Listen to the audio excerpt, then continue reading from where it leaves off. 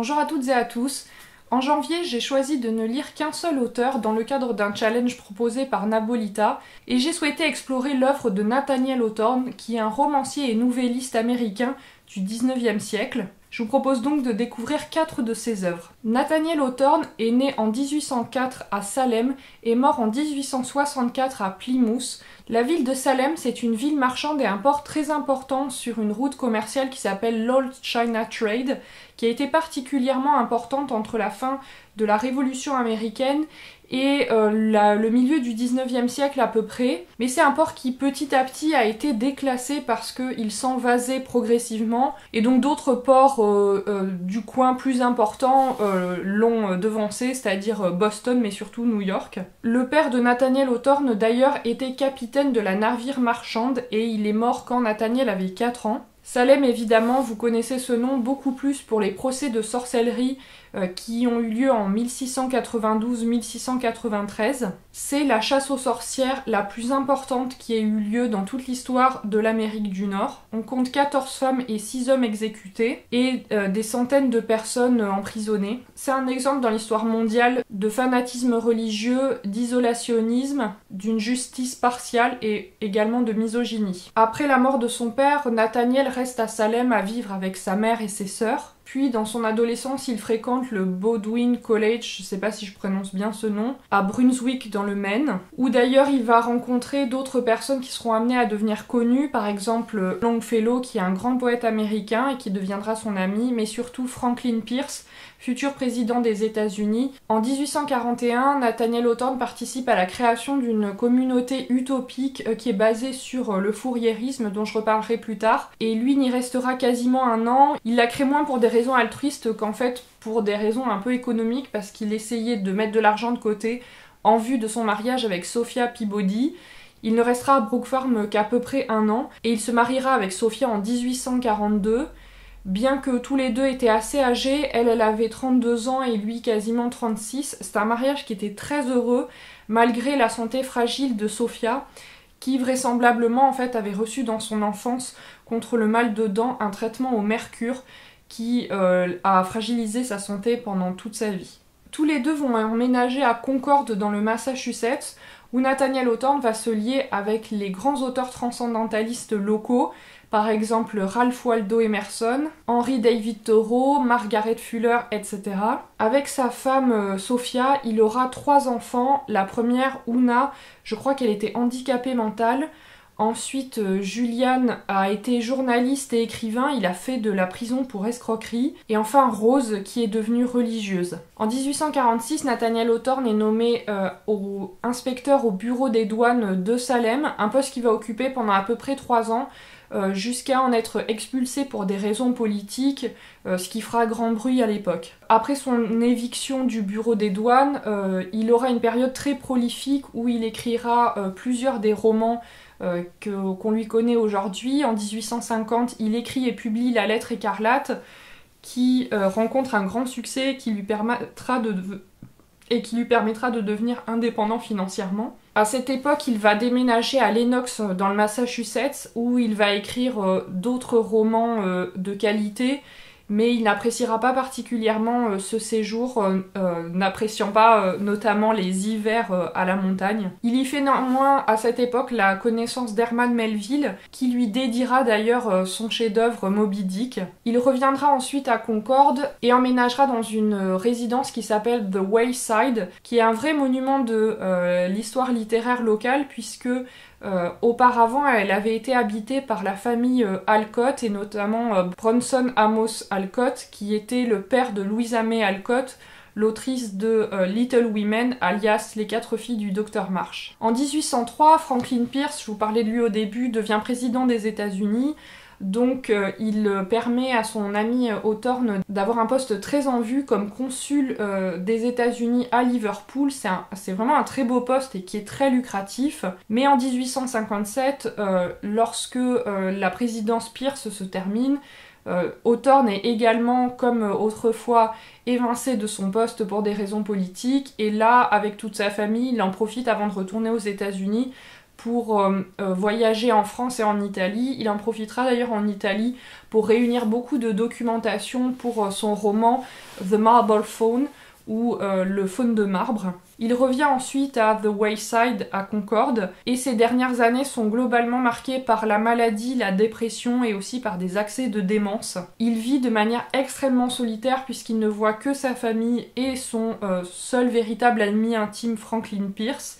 C'est d'ailleurs au cours d'un voyage qu'il fait avec ce dernier qu'il meurt en 1864. À son enterrement, son cercueil est porté par plusieurs grands auteurs de l'époque, Longfellow, Emerson, Alcott, et il sera enterré à Author's Ridge, c'est-à-dire la crête des auteurs, au cimetière de Sleepy Hollow à Concorde. C'est un cimetière dans lequel on retrouve de nombreux auteurs connus locaux, c'est-à-dire Henry David Thoreau, Ralph Waldo Emerson, Alcott et sa famille, dont Louisa May Alcott, mais aussi Sophia Hawthorne et leur fille Una, qui en fait ne seront enterrées à Concorde qu'en 2006 parce que après la mort de Hawthorne, elles étaient parties vivre en Angleterre, et c'est seulement en 2006 que leurs 2 corps ont été rapatriés pour être enterrés à côté de leurs maris et époux. Maintenant que vous avez un aperçu de la biographie de Nathaniel Hawthorne, on va parler plus précisément de ses œuvres. Et d'abord, je voudrais parler quand même de son roman le plus connu et qui, à mon avis, est son plus grand chef-d'œuvre. C'est La Lettre écarlate. Il l'a écrit, je disais, en 1850. Avant de commencer à parler exactement de l'histoire, il faut aborder 2 aspects du passé de la famille Hawthorne, puisque Nathaniel Hawthorne avait 2 ancêtres puritains. William Hawthorne, qui était l'ancêtre qui est parti d'Angleterre vers les États-Unis, c'était un membre assez éminent de la colonie de la baie du Massachusetts. Il était juge et magistrat et il était connu pour rendre des jugements particulièrement sévères. Et il a eu un fils, John Hawthorne, qui est l'ancêtre qu'on connaît le plus dans l'histoire de Hawthorne, puisque c'était un juge assesseur pendant le procès de sorcellerie de Salem, et il a été particulièrement actif à ce moment-là pour faire condamner des personnes pour sorcellerie. Les autres juges assesseurs ont fait savoir plus tard qu'ils regrettaient leur sévérité d'avoir pris part globalement à ces procès. John Hawthorne, lui, n'a jamais indiqué regretter sa participation, peut-être qu'il l'a regretté, mais en tout cas il n'en a jamais fait part. Donc Nathaniel, lui, découvre à peu près vers 20 ans ce passé familial et il en conçoit une très grande honte, si bien qu'en fait il fait changer son nom, puisque ses ancêtres s'appelaient Hawthorne, et lui fait rajouter un W et se fait donc appeler Hawthorne. Je pense que c'est une histoire qui se retrouve en filigrane dans toute son œuvre, puisque dans plusieurs œuvres, il aborde le sujet, donc la lettre écarlate, et ensuite la maison aux 7 pignons, dont je vous parlerai après. Dans l'introduction de la lettre écarlate, Nathaniel Hawthorne insiste sur le fait que ce passé familial a eu vraiment un impact très fort dans son parcours personnel, puisqu'il dit « Son fils hérita de cet esprit de persécution. Il joua un tel rôle dans le martyre des sorcières que leur sang l'a marqué d'une tache assez profonde pour que, dans le cimetière de Charter Street, ces vieux os en soient encore rougis s'ils ne sont pas complètement tombés en poussière. Je ne sais pas si ces miens ancêtres se repentirent et demandèrent pardon au ciel de leur cruauté, ou si, dans une autre existence, ils gémissent sous les lourdes conséquences de leurs erreurs. En tout cas, je prends, moi, l'écrivain actuel, leur honte à ma charge, et je prie pour que soient à présent et à jamais retirées les malédictions qu'ils ont pu s'attirer, toutes celles dont j'ai entendu parler et qui, d'après les longues tribulations de ma famille, pourraient bien avoir été agissantes. » L'histoire de la lettre écarlate, c'est celle d'une femme, Esther Prynne, qu'on voit ici sur la couverture, qui est coupable d'adultère puisqu'elle a eu un enfant hors mariage.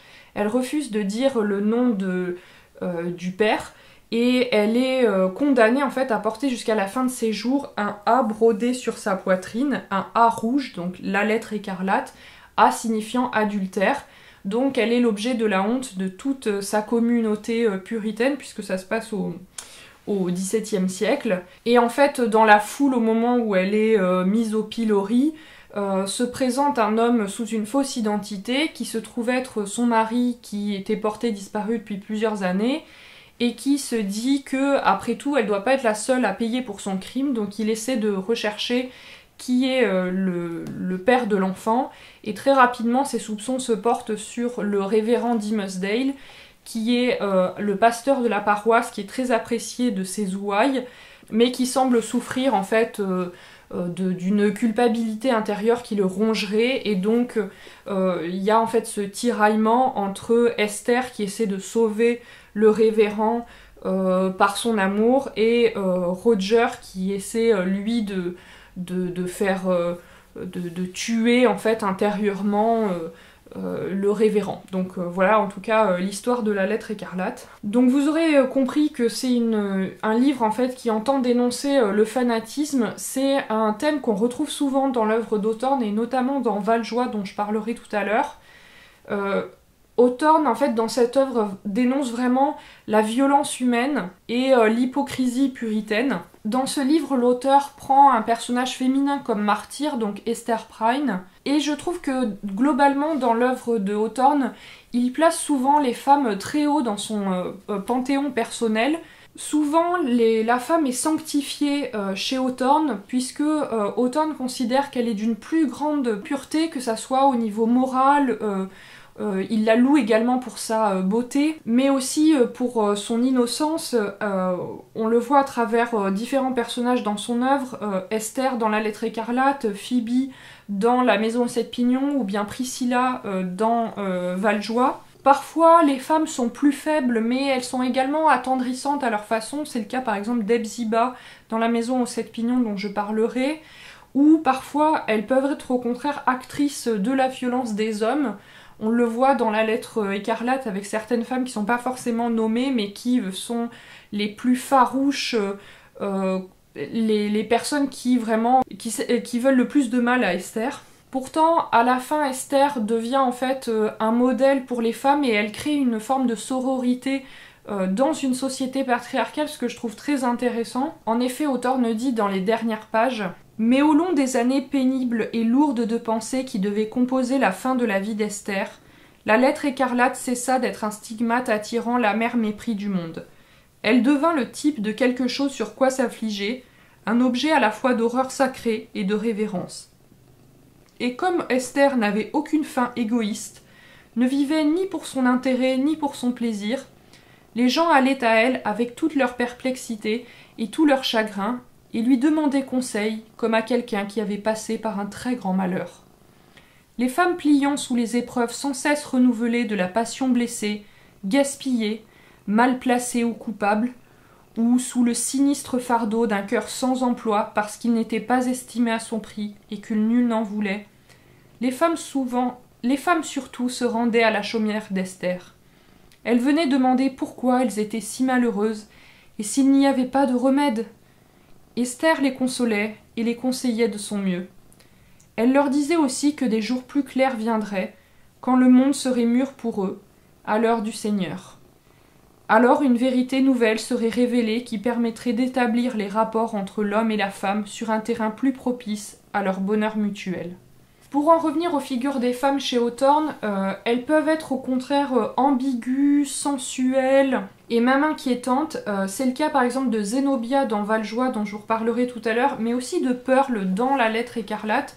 Pearl, c'est la petite fille que Esther a eue en fait avec le révérend Dimmesdale, donc ce fameux enfant du péché. Et en fait je trouve que c'est vachement intéressant le traitement que Hawthorne fait du personnage de Pearl, parce qu'on pourrait s'attendre à ce que justement ça soit une petite fille qui est d'une très grande beauté, d'une extrême pureté. Je trouve qu'elle est effectivement très belle, mais c'est un personnage qui est très inquiétant, qui semble un petit peu possédé en fait par le malin, mais en même temps qui fait preuve d'une lucidité, qui voit les choses et qui, avec son innocence d'enfant, dit les choses que les adultes aimeraient voir rester cachées. Elle est aussi en fait une aide, c'est comme ça aussi que Esther la présente, c'est aussi une aide pour sa mère puisque par sa présence, par son existence, par sa vue chaque jour, en fait elle rappelle à Esther le poids de son péché et elle l'oblige à ne pas essayer de fuir ses responsabilités et donc à accepter son sort.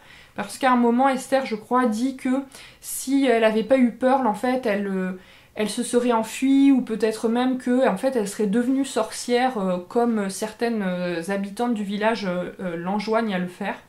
Donc il y a un peu ce caractère très inquiétant de Pearl que je trouve vraiment intéressant. De manière générale, et ça je le lis un peu aux femmes, chez Hawthorne, la valeur la plus importante c'est vraiment l'amour, qui en fait transcende et élève les individus. Par exemple, il y a une scène dans La Lettre écarlate où le révérend Esther et Pearl se retrouvent dans la forêt et il est dit « Ainsi la nature marquait sa sympathie à ces deux esprits inondés de bonheur, et cette nature sauvage et païenne de la forêt que ne subjugua jamais plus la loi humaine, que n'illuminèrent jamais les vérités les plus hautes.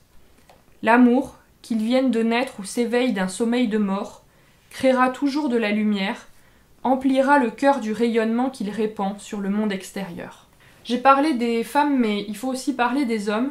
Je trouve que les hommes ne sont jamais présentés sous un jour totalement positif chez Nathaniel Hawthorne. Globalement, certaines figures, comme le révérend Dimmesdale, en fait, on sent que Hawthorne les plaint et se sent proche d'eux en tant que frère dans le péché, on va dire. Ou alors, parfois, ça peut être des doubles en fait de l'auteur, ou en tout cas qui s'en rapprochent. C'est le cas vraiment de manière très forte avec le personnage de Coverdale dans Valjoie, mais aussi un petit peu avec le photographe Holgrave dans La Maison aux Sept Pignons. Et parfois, il s'avère que les hommes sont vraiment des figures extrêmement négatives chez Hawthorne. C'est le cas de Roger Chillingworth dans La Lettre écarlate, mais aussi de Westervelt, qui sont des figures en fait qui sont vraiment explicitement liées au diable, comparées au diable. Par exemple, dans La Lettre écarlate, à un moment, Roger et Esther se mettent à parler, et Esther voit bien que Roger en fait essaie de nuire au révérend Dimmesdale, et ils ont une conversation que je trouve assez éclatante. « Pourquoi me souris-tu de la sorte » demanda Esther, inquiétée par l'expression qu'elle lui voyait aux yeux. « Es-tu semblable à l'homme noir qui hante la forêt alentour? M'as-tu attiré dans un piège et lié par un pacte qui sera la perte de mon âme ?»« La perte de ton âme, non, » lui répondit-il avec un nouveau sourire. « Non, pas de la tienne. » Donc il y a vraiment cette image de Roger qui cherche à perdre l'âme, et on comprend que c'est celle du révérend Dimmesdale. Et Chillingworth vraiment a une emprise en fait maléfique sur le pauvre révérend que de manière discrète, en fait, en vivant à ses côtés, en se faisant passer pour son ami, en fait, il tourmente insidieusement sans que le révérend arrive exactement à comprendre qui est le responsable de cette corruption, disons. Bon, vous l'avez compris, Nathaniel Hawthorne, dans cette œuvre particulièrement, il se fait vraiment le grand explorateur de l'âme humaine. Ce qu'il montre en fait dans La Lettre écarlate, c'est la manière dont deux personnes vont pouvoir gérer, en fait, on va dire, la question du péché. Il y a la face publique en fait avec Esther qui est mise au banc de la société et qui se retrouve en fait à vivre une vie qui est réduite à l'os, puisque au-delà même du fait qu'elle est mise au banc de la société, elle a banni en fait tout plaisir, toute joie, tout bonheur de sa vie, et elle se dédie entièrement aux pauvres, aux plus malheureux qu'elle, acceptant toutes les humiliations, ne cherchant vraiment plus à créer de lien avec qui que ce soit. Alors que la face privée, cachée, on va dire, elle est incarnée par le révérend Dimmesdale, qui lui est toujours considéré en fait comme quelqu'un de très pur et de saint. En fait, les gens ont une adoration pour lui, mais en fait, lui n'arrive pas à dire quel est ce péché qui le tourmente. Il n'arrive pas voilà, il a une attitude lâche en fait, il n'arrive pas à dire bah oui en fait je suis également un pécheur, et toutes les fois où il essaie de le faire par le biais de sermons, les gens pensent que c'est une métaphore en fait, donc il se retrouve pris en fait à ne pas pouvoir dire vraiment que lui-même est un pécheur. Et donc en fait il vit cette honte intérieure dont il n'arrive pas à se défaire et qui le ronge. Donc les deux personnages principaux, Esther et Arthur Dimmesdale, c'est vraiment des personnages qui sont complètement tourmentés et une part importante du livre est consacrée à justement leurs afflictions et à leurs questionnements, puisqu'à un moment Hawthorne dit « Il ne pouvait y avoir ici-bas rien de bon ni pour lui, ni pour toi, ni pour moi, qui sommes à errer ensemble dans ce dédale maudit et trébuchons à chaque pas sur le mal que nous avons semé sur notre chemin. » Roger, en fait, par sa figure diabolique, appuie en fait sur ce mal-être, que ça soit celui surtout de Dimmesdale, mais il renvoie aussi un petit peu Esther à son péché, puisqu'il incarne en fait la culpabilité, le mal qui ronge, et il est d'ailleurs dépeint en fait physiquement comme une figure diabolique, puisqu'il est dit qu'en fait il se dessèche pour ressembler à un démon. D'ailleurs la morale en fait de l'histoire dans le livre, elle est formulée ainsi par Nathaniel Hawthorne. Soyez sincères, soyez sincères, soyez sincères, laissez voir au monde, sinon ce qu'il y a de pire en vous, tout au moins certains traits qui peuvent laisser supposer ce pire. Donc comme vous le voyez, il y a vraiment une prépondérance du traitement de la psychologie dans cette œuvre particulièrement, et en fait de manière générale dans l'œuvre d'Hawthorne, c'est une œuvre qui est très psychologique, et c'est ce pourquoi en fait il est reconnu de nos jours, c'est pour être ce que j'ai appelé l'explorateur de l'âme humaine, et je dois dire que c'est assez magistral, particulièrement dans La Lettre écarlate, mais pas que, je vous montrerai. C'est une œuvre qui est profondément symbolique, il y a de très nombreuses scènes qui sont hyper visuelles, je pense notamment à la toute première qui est celle en fait d'un rosier où en fait on voit un rosier qui pousse juste à côté de la porte de la prison dans laquelle Esther attend d'être mise au pilori et d'être voilà, montrée à la vue de tout le monde et que son péché soit mis à la vue de tout le monde. Mais voilà, il y a d'autres scènes aussi qui sont très belles. Il y a une scène dans la forêt qui est magnifique, mais aussi la deuxième scène où Esther est mise au pilori, etc.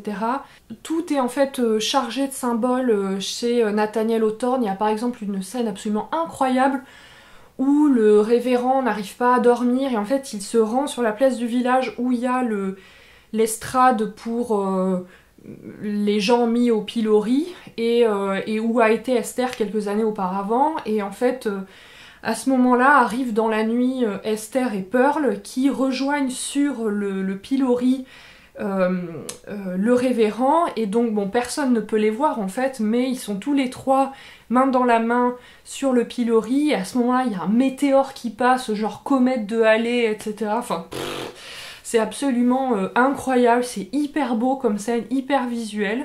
D'ailleurs parfois il y a un petit défaut en fait à l'écriture de Hawthorne, c'est qu'en fait c'est hyper symbolique tout ce qu'il écrit, mais il a une certaine tendance à nous expliciter en fait ces métaphores.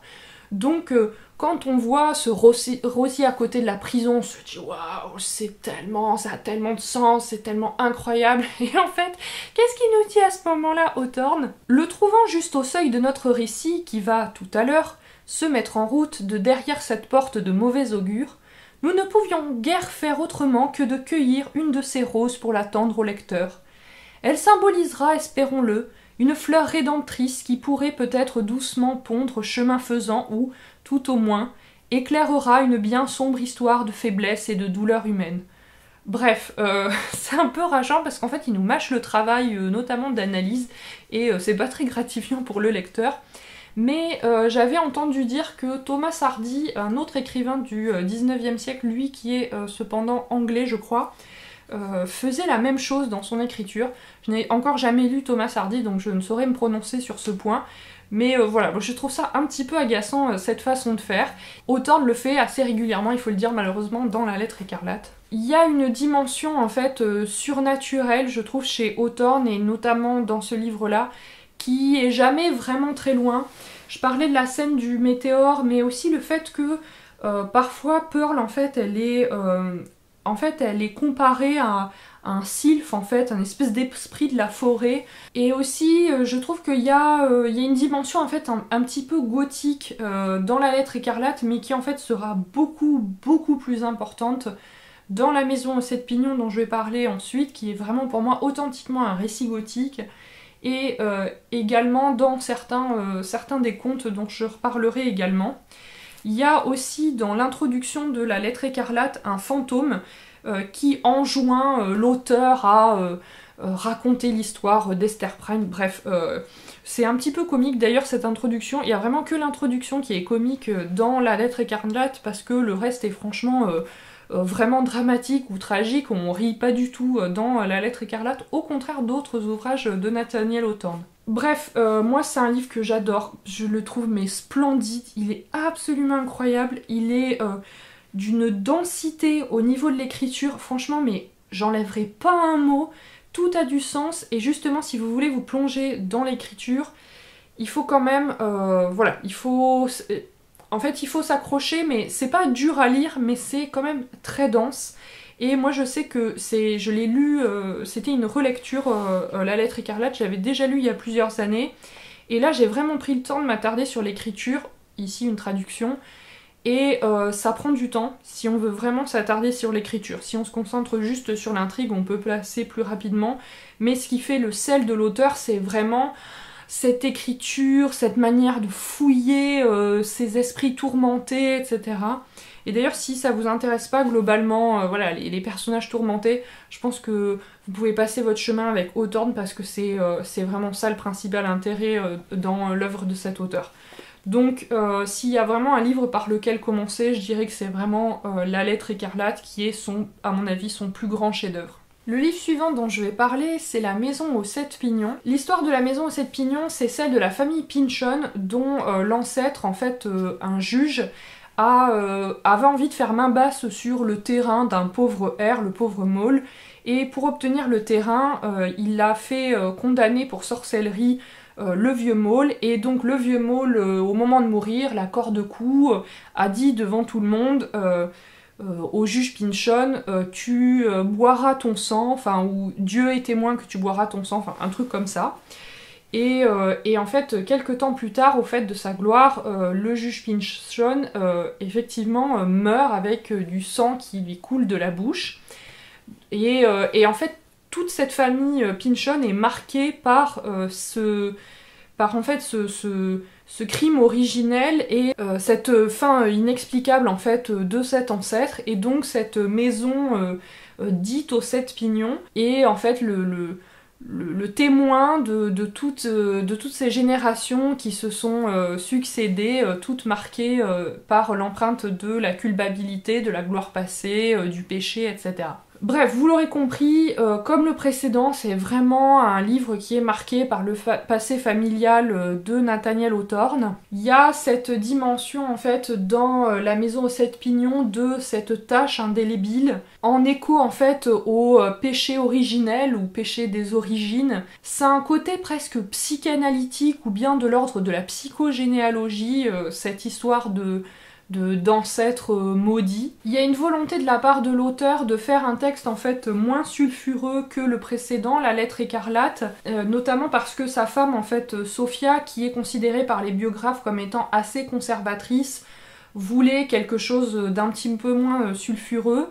Donc dans La Maison aux 7 pignons, on retrouve en fait des éléments comiques aussi bien que tragiques. C'est vrai que le comique est vraiment important dans ce livre-là, alors que le comique était absolument pas présent, je le disais, dans La Lettre écarlate, en tout cas dans le texte principal, il y en avait plus dans l'introduction. Là où c'est également moins subversif, La Maison aux 7 pignons, c'est que il y a moins de remise en question profonde de l'ordre social, comme c'était le cas dans La Lettre écarlate. Mais en tout cas ici, il y a une dimension gothique qui est hyper forte, puisque dans La Maison aux 7 pignons, il y a des fantômes dans la maison, il y a une idée que en fait le juge, vous savez, celui qui a été maudit, en fait se réincarne dans un personnage actuel. Il y a une séance de mesmérisme ou magnétisme animal, qui est en gros une espèce de forme d'hypnose qui avait été inventée par Mesmer au 19e siècle, je crois. La maison, en fait, elle est presque vivante. Dans l'œuvre de Nathaniel Hawthorne, en général, on retrouve souvent un grand souci d'avoir dans la narration des rebondissements, des mystères. On le voit dans ce livre, mais on le voit aussi dans ses contes et dans Valjoie. Je trouve que c'est parfois assez maladroit, j'aurai l'occasion d'en reparler par rapport aux contes, mais ça montre aussi qu'il y a une vraie attention et je trouve quand même un certain sens de la construction narrative chez Nathaniel Hawthorne. Ici dans l'histoire, il y a une communauté en fait de personnes qui se créent autour de Hepzibah, qui est la dernière descendante des Pynchon, de son frère, également de Phoebe ou Phoebe. Ici dans la traduction française il l'écrit Phoebe, mais je pense qu'il faut dire plutôt Phoebe. Qui est une jeune cousine Pynchon qui vient de la campagne et qui est voilà, qui apporte de la vie, de l'innocence, de la pureté. Et il y a aussi un locataire en fait qui s'appelle Holgrave, qui est un photographe qui vit un petit peu à part. Mais en fait il y a vraiment cette idée en fait de création d'une communauté et je me suis dit en le lisant qu'en fait les Pynchon ils pratiquaient l'habitat collectif, ce qui en fait était quelque chose qui se faisait avant puisqu'on vivait avec les grands-pères, les grands-mères, etc. Mais en fait c'est peut-être allié aussi avec l'expérience de phalanstère que Hawthorne a eu à Brook Farm et dont je reviendrai plus longuement lorsque je parlerai de Valjoie. Mais je trouve qu'en fait ça montre ici fortement dans ce livre que en fait on peut aussi créer une communauté de cœur qui va au-delà des liens du sang, parce que les liens du sang en fait sont ceux qui aliènent, on le voit à travers cette malédiction familiale, alors que les liens de cœur eux peuvent être en fait beaucoup plus forts et revivifier la société à travers cette communauté. Il y a une finesse psychologique qui est extrêmement forte dans La Maison aux 7 pignons et globalement dans l'œuvre de Nathaniel Hawthorne. Il a une attention mais extrême à peindre le caractère de ses personnages et c'est hyper savoureux à lire. Après parfois c'est un peu too much parce que par exemple le personnage antagoniste en fait c'est le juge Jaffrey Pynchon qui est un cousin qui harcèle en fait Hepzibah et son frère. Et on comprend seulement à la fin pourquoi en fait il les harcèle. Ce personnage est dépeint je crois 3 fois et à chaque fois je pense que l'auteur prend à peu près 5 pages pour décrire son caractère. Mais en même temps c'est hyper savoureux à lire, c'est hyper bien fait, puisqu'en fait il cherche vraiment à montrer que sous des abords, tout ce qui est de plus affable, tout ce qui est de plus gentil, en fait le juge Pynchon, toute cette image qu'il donne en fait ça n'est qu'un écran de fumée pour cacher sa véritable personnalité qui elle est beaucoup plus cynique et beaucoup plus égoïste. Régulièrement Hawthorne en fait il dépeint un peu la duplicité de certains personnages dont l'apparence est plus ou moins révélatrice de leur noirceur. Par exemple, il y a un personnage dans Valjoie qui s'appelle Westervelt qui, je vous le disais, est vraiment l'incarnation de la figure du diable. Il apparaît comme étant extrêmement onctueux, ce qui est en fait très désagréable à lire, et d'ailleurs il s'aliène très vite le narrateur, mais en même temps on voit qu'il a vraisemblablement des fausses dents, puisqu'on voit l'or qui en fait dépasse de ses dents, enfin bon bref, on voit qu'il a des espèces de couronnes en or, et donc ça symbolise en fait sa duplicité, le fait que finalement, n'ayant pas de vraies dents, il n'est pas vraiment humain. Et dans La Maison aux 7 pignons, le juge Jaffrey, il a vraiment l'air d'un saint et il est apprécié par tout le monde, sauf par sa famille qui connaît sa véritable nature. Et finalement c'est seulement à certains moments, certains regards et certaines attitudes que on peut voir en fait l'aspect très artificiel de sa gentillesse. Et là ça rappelle l'injonction, la morale en fait de la lettre écarlate où Hawthorne disait 3 fois soyez sincères, soyez sincères, soyez sincères. Il y a en fait cette dimension de sincérité, du fait que l'habit ne fait pas le moine. Et je trouve qu'il y a presque une question de physiognomonie en fait, donc d'étude en fait de la personnalité des gens à partir de leur physique. Le physique des gens peut révéler des choses ou au contraire nous empêcher de comprendre des choses. Par exemple, Hepzibah, c'est le personnage de la vieille fille qui en fait fronce les sourcils et la fait passer pour une sorcière aux yeux des autres habitants de Salem, mais en fait c'est pas du tout une sorcière, c'est juste une vieille fille qui est très mal habillée et qui a passé sa vie entière à ressasser des choses et qui en fait est un personnage vraiment absolument adorable que moi j'ai vraiment beaucoup aimé. En fait Hawthorne dit qu'en général c'est pas possible d'être schizophrène dans son attitude sociale et son caractère.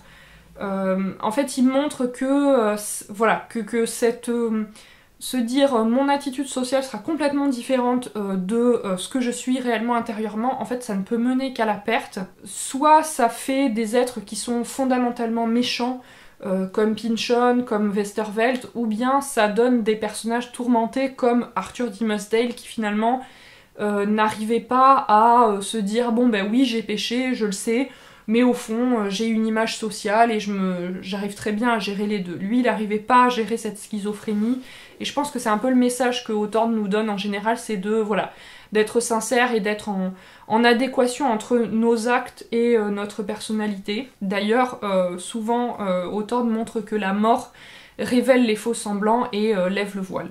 C'est un livre qui est en fait truculent, enfin moi que j'ai adoré, qui est entre la comédie et la tragédie, où il y a une tendresse communicative. Parfois, je vous disais, c'est un peu long quand il prend 15 pages pour décrire le caractère d'un personnage, mais en fait c'est ce qui fait son charme et on saurait pas vraiment quoi enlever.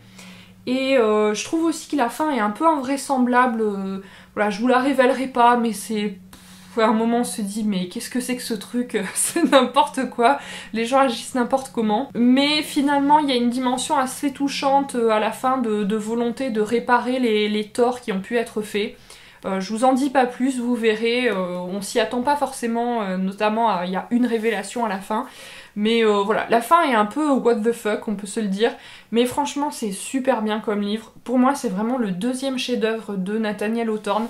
Et je le conseille vraiment, mais très très très largement. Le livre suivant dont je vais vous parler, c'est un recueil de nouvelles qui s'appelle Contes étranges de Nathaniel Hawthorne. C'est un recueil qui n'existe pas en tant que tel en anglais, puisqu'il y a plusieurs recueils de nouvelles qu'a fait Hawthorne, mais là c'est un des seuls qui soit disponible en français il me semble. Nathaniel Hawthorne, il est souvent considéré comme un grand novelliste. Et d'ailleurs il est souvent comparé à Edgar Allan Poe qui était son contemporain, et je crois que les deux en fait se considéraient un petit peu comme rivaux de leur vivant. Mais je dois avouer en fait, je vous le dis d'emblée, que pour moi le fait de louer Nathaniel Hawthorne c'est totalement incompréhensible, parce que bon, j'ai pas eu une expérience très heureuse de la lecture d'Edgar Allan Poe que j'aimerais approfondir, mais voilà, je suis pas une très grande fan pour l'instant. Mais par contre Poe en fait, pour moi il lui est complètement supérieur. Nathaniel Hawthorne en fait, je vous en parlais dans les deux, à propos des deux précédents livres, il excelle en fait dans la peinture psychologique, mais parfois il y a un peu des faiblesses en fait narratives, en tout cas dans sa construction narrative il me semble, et ça se voit beaucoup en fait dans ses nouvelles.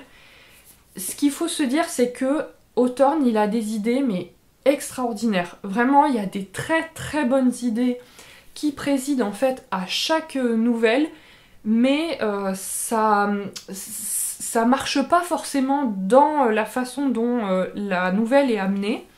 Par exemple, il y a une nouvelle qui s'appelle La fille au poison, je crois, qui raconte l'histoire d'une jeune fille dans une espèce d'Italie de la Renaissance, un peu genre Quattrocento, qui en fait elle a été élevée au milieu des plantes vénéneuses, et donc en fait elle a tellement respiré cet air vénéneux depuis sa naissance qu'elle est devenue elle-même une plante vénéneuse, et donc en fait on se dit en soi mais waouh c'est une super idée, c'est vachement bien, comment il va le traiter, et en fait mais ça fait complètement pchit à la fin, c'est...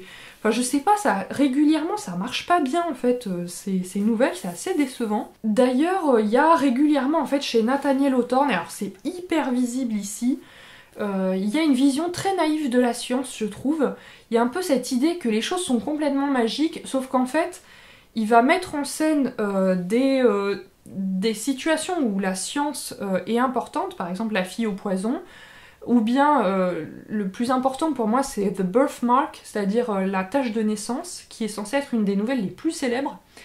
Et en fait, mais ça apparaît comme tellement magique la science en fait que ça devient ridicule. Par exemple dans The Birthmark, il y a en fait l'histoire, c'est celle d'une femme une femme mariée qui a sur la joue une petite tache de naissance, genre une petite, vous savez, comme on dit, une tache de café. Et en fait son mari est scientifique et se décide en fait à lui enlever la tache.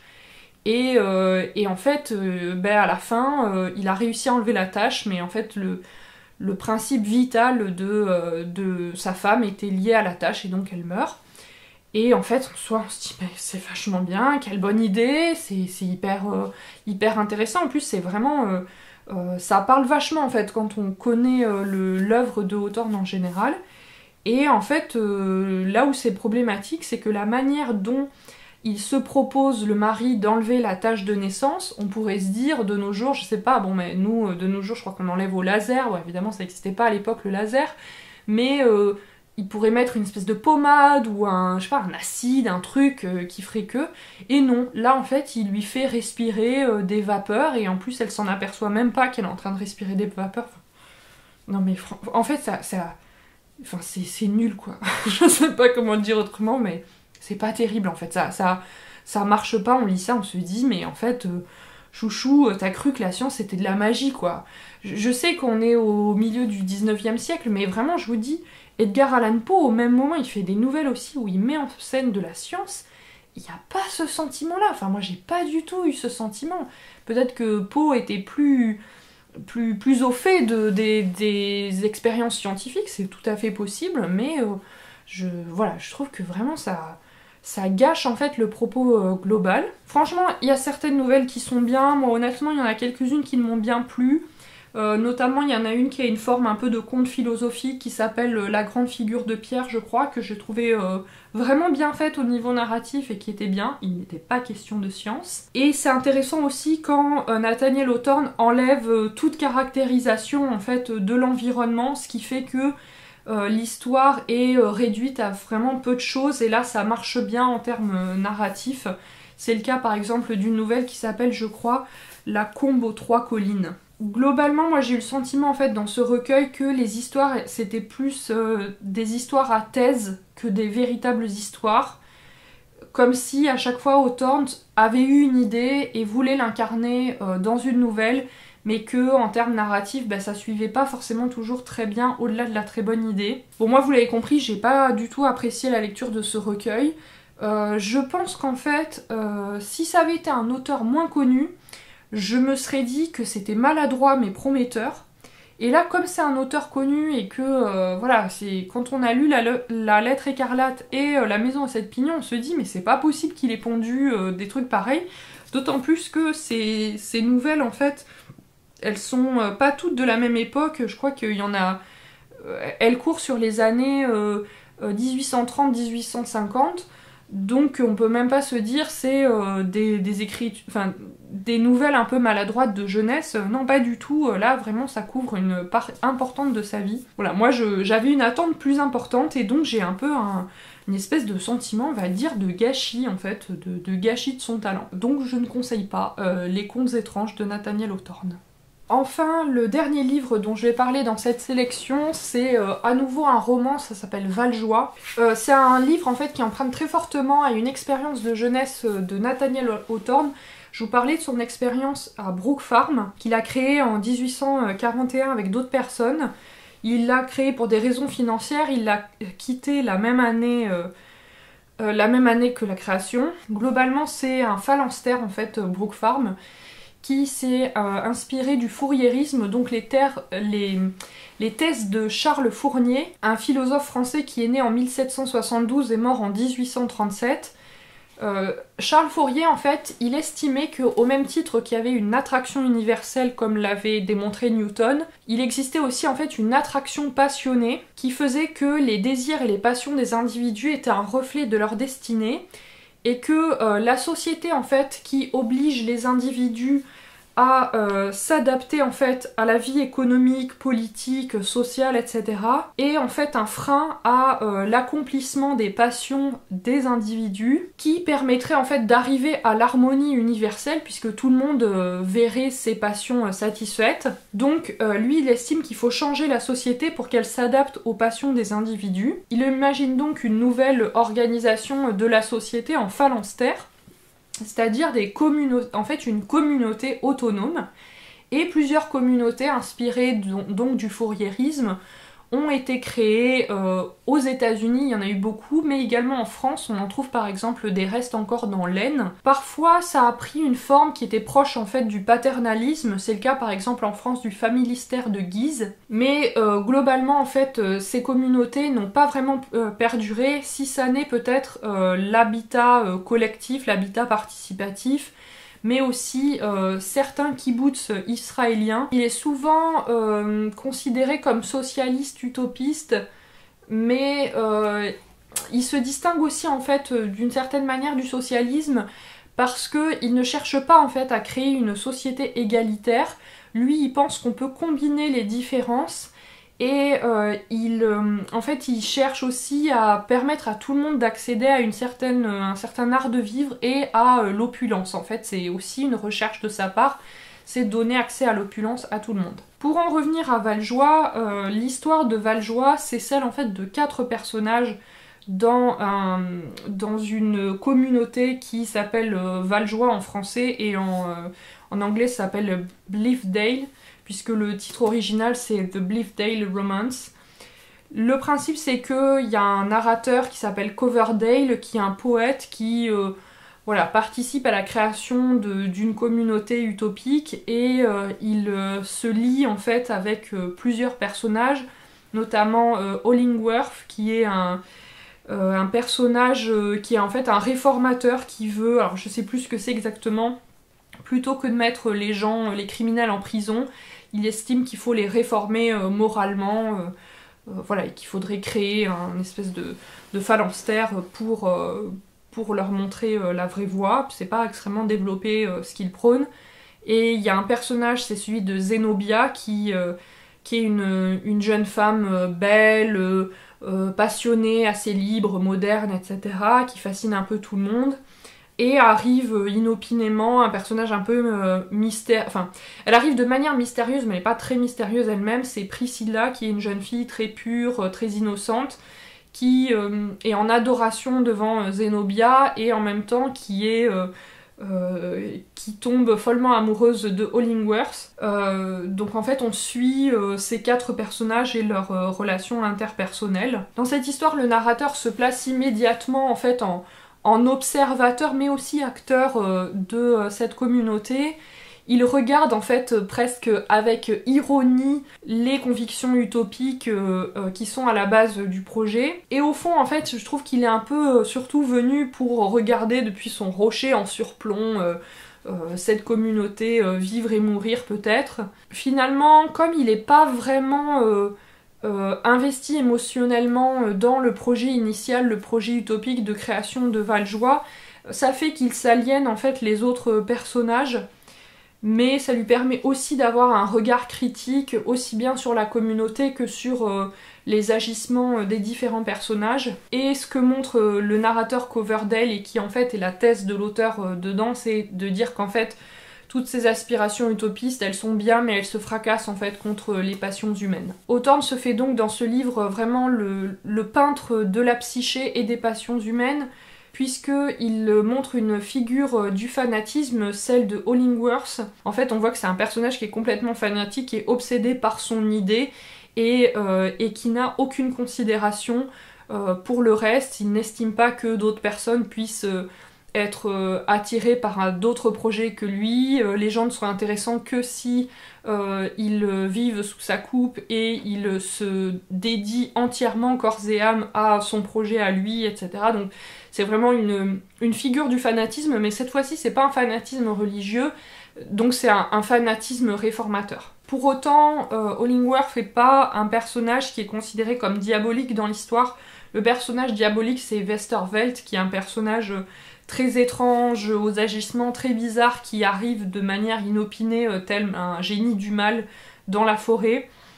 Et en fait, le but du personnage et de l'auteur, c'est d'observer les mécanismes du fanatisme, mais en fait aussi l'attirance que suscitent ces personnages qui sont charismatiques et fanatiques auprès d'autres personnes, et particulièrement de femmes, donc Zenobia et Priscilla. C'est l'histoire en fait ici d'un triangle amoureux à 4 faces, donc c'est plus vraiment un triangle, c'est un carré, Il y a une rivalité en fait entre Priscilla et Zenobia pour s'attirer les faveurs de Hollingworth qui entretient en fait un petit peu cette rivalité féminine. Mais il y a aussi une attirance de Coverdale pour Zenobia. D'ailleurs, Coverdale fait souvent des remarques sur la grande sensualité de Zenobia, sa grande beauté, etc. Donc on sent qu'il y a vraiment une attirance sensuelle, voire sexuelle pour ce personnage. Et en même temps, Coverdale est aussi attiré par la pureté et l'évanescence en fait de Priscilla, qui est souvent décrite comme une espèce de petite chose faible et en même temps extrêmement fragile et délicate. Et également, on sent en fait un amour-haine en fait qui est quasiment homo-érotique entre Coverdale, le narrateur, et Hollingworth, le réformateur.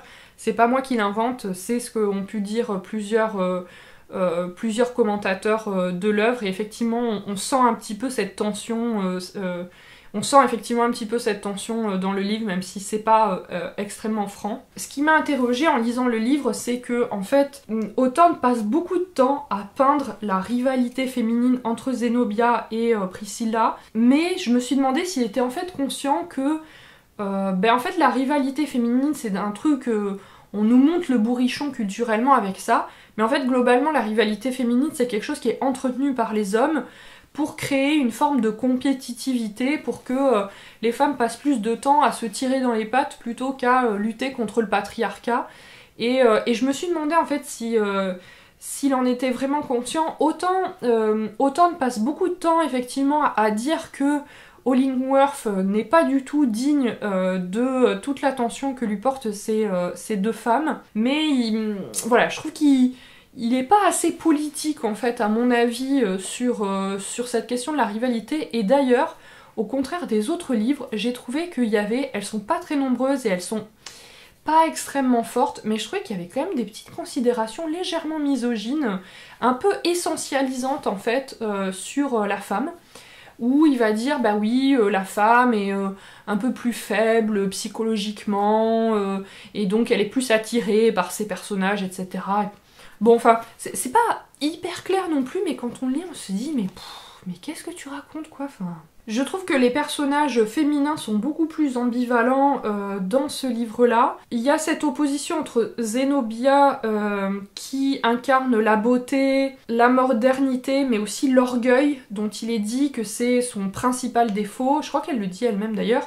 Et de l'autre côté, il y a Priscilla, qui est en fait l'incarnation de la pureté, mais aussi du dévouement à un point qui est quasiment délirant en fait. La question du don de soi est constamment posée en fait dans le livre, puisque voilà, il faut faire don à une personne, à une cause, etc.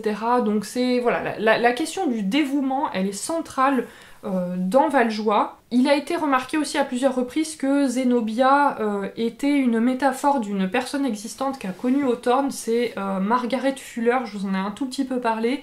C'est une philosophe transcendentaliste qui était journaliste et féministe militante. Zenobia, c'est un personnage en fait dont tout le monde cherche d'une manière ou d'une autre à écraser en fait la personnalité et la fierté. Elle porte tout le temps une fleur exotique dans les cheveux qui change chaque jour, et il y a un peu cette dimension d'écrabouiller la fleur qui est donc écrabouiller Zenobia également. Il y a aussi un autre motif qu'on trouve régulièrement dans Valjoie, c'est celui du voile. On le voit dès le début de l'histoire. En fait, il y a une espèce d'intrigue c'est pas vraiment en parallèle, mais parce que ça se recoupe à un moment, mais il y a en fait un récit gothique au cœur de l'histoire. D'ailleurs, j'ai trouvé que c'était le meilleur passage du livre. Il y a un récit gothique sur une femme voilée, et en fait, voilà, cette intrigue se retrouve mêlée à l'intrigue de Valjoie. Il y a plein de références en fait au voile, et au fait d'avoir un voile devant les yeux, de s'aveugler, notamment les femmes qui s'aveuglent, et quand le voile se déchire, soudainement on voit des choses qui sont pas très marrantes à voir d'ailleurs forcément. Et j'ai lu, je crois que c'était sur la page Wikipédia anglaise de Valjoie, que chez Hawthorne, dans ce livre, le motif du voile, ça signifie un péché secret. Bon, j'ai pas compris où il était le péché, lequel c'était, mais peut-être que si vous le lisez, vous saurez mieux que moi. Globalement, je n'ai pas aimé ce livre pour plusieurs raisons. D'abord, en fait, la dimension fourriériste, donc la description de la communauté, elle est assez ledge en fait, et c'est dommage. Moi, j'aurais aimé en fait que Hawthorne nous explique plus justement comment elle avait été construite cette communauté, comment est-ce qu'elle fonctionnait, etc. Mais en fait, c'est pas du tout le projet de l'auteur, donc voilà, c'était mon attente, mais c'est pas ce que voulait montrer Hawthorne. Hawthorne, ce qu'il veut nous montrer, c'est la psychologie des personnages. Vous avez compris que c'est ultra important dans son œuvre. Mais en fait, comme il ne parle que de la psychologie des personnages et que c'est un petit peu évanescent, en fait, toute cette construction de la société autour, bah, au final, ça fait perdre en crédibilité l'histoire, je trouve, et c'est assez dommage. Je trouve aussi que l'intrigue de la femme voilée est assez mauvaise en fait. Alors mis à part ce petit récit gothique au milieu où là vraiment c'est vraiment bien fait, mais en fait la résolution elle est mais nulle, nulle, c'est ridicule et ce que j'ai lu c'est qu'en fait les commentateurs pensent que c'est plutôt avoir introduit toute cette dimension de femme voilée qui en fait est pas très... ça n'a pas vraiment de sens en fait dans l'histoire. C'était plutôt pour répondre un peu au goût de l'époque qui aimait bien le surnaturel et tout, je vous en parlais. Donc moi j'ai trouvé que c'était pas bien fait. La chute, le dernier chapitre, et en plus la dernière phrase. Mais c'est mal fait, c'est mal amené, c'est censé nous révéler un truc waouh avec la dernière phrase. C'était pas bon du tout. C'était ridicule en fait. Enfin, je me suis dit en le lisant, je me suis dit en le lisant, mais c'est risible en fait. J'ai eu la sensation que globalement c'était un livre à thèse, encore comme les contes, et en fait ça prend tellement de temps pour explorer le caractère des personnes, alors qu'ils sont d'une densité exceptionnelle. Ça, je lui tire mon chapeau, c'est quand même fabuleux à lire de ce point de vue. Mais en fait, il passe tellement de temps à peindre le caractère des personnages que, en fait, ça perd vraiment tout sens de l'intrigue et des éléments extérieurs. Donc, encore une fois, bonne idée initiale mais mal amenée. Donc, vraiment, moi, je suis sortie de ça en me disant, c'est pas bon, c'est pas bon, en fait. Ça aurait pu être bon, mais en fait la direction que lui a fait prendre Hawthorne est dommage. Il aurait dû plus développer certaines choses, peut-être passer moins de temps à développer certaines, mais en même temps, Hawthorne qui fait pas de psychologie, c'est pas Hawthorne en fait, malheureusement. Donc voilà, donc je ne conseille pas non plus le Valjoie de Nathaniel Hawthorne. Si vous voulez essayer, c'est pas mal, mais c'est vraiment pas digne des autres grands chefs-d'œuvre de Nathaniel Hawthorne. Bref, pour conclure, j'ai vraiment apprécié de passer tout un mois à approfondir l'œuvre de cet auteur. J'ai trouvé que c'était, vous l'avez compris, assez inégal, mais quand même globalement c'est toujours d'une grande qualité, même si moi je n'y ai pas toujours trouvé mon compte. En tout cas, j'ai particulièrement aimé les deux premiers, La Lettre écarlate et La Maison aux 7 pignons. Et donc, vous l'avez compris, je ne conseille pas les contes étranges ni Valjoie, sauf à titre de curiosité, si on veut découvrir comme moi l'œuvre de Hawthorne. J'ai également dans ma bibliothèque un autre livre de Hawthorne, Le Faune de marbre ou The Marble Faune. Je l'ai en anglais. Je sais pas vraiment si je le lirai parce que... voilà, là j'ai un petit peu envie de faire une pause avec Hawthorne, et d'ailleurs il m'en reste plus beaucoup de livres de lui à lire, mais j'aurai peut-être l'occasion un jour d'en reparler quand je me serai décidée à le lire. J'espère que ça vous a plu de découvrir cet auteur. Je vous en conseille vraiment largement la lecture parce que c'est un grand auteur américain qui est extrêmement connu. Si vous aimez voilà, les tourments, les peintures psychologiques, etc., c'est super. Si ça vous ennuie, passez votre chemin parce que voilà, c'est surtout ça en fait qui fait le sel de Nathaniel Hawthorne. Je vous retrouve bientôt dans une prochaine vidéo qui sera a priori sur un thème tout à fait différent. N'hésitez pas à commenter cette vidéo, à la liker, à vous abonner si ça n'est pas encore le cas et activer la petite cloche des notifications. Vous pouvez me retrouver sur Instagram et d'ici la prochaine vidéo, je vous souhaite une très bonne journée et surtout de très belles lectures.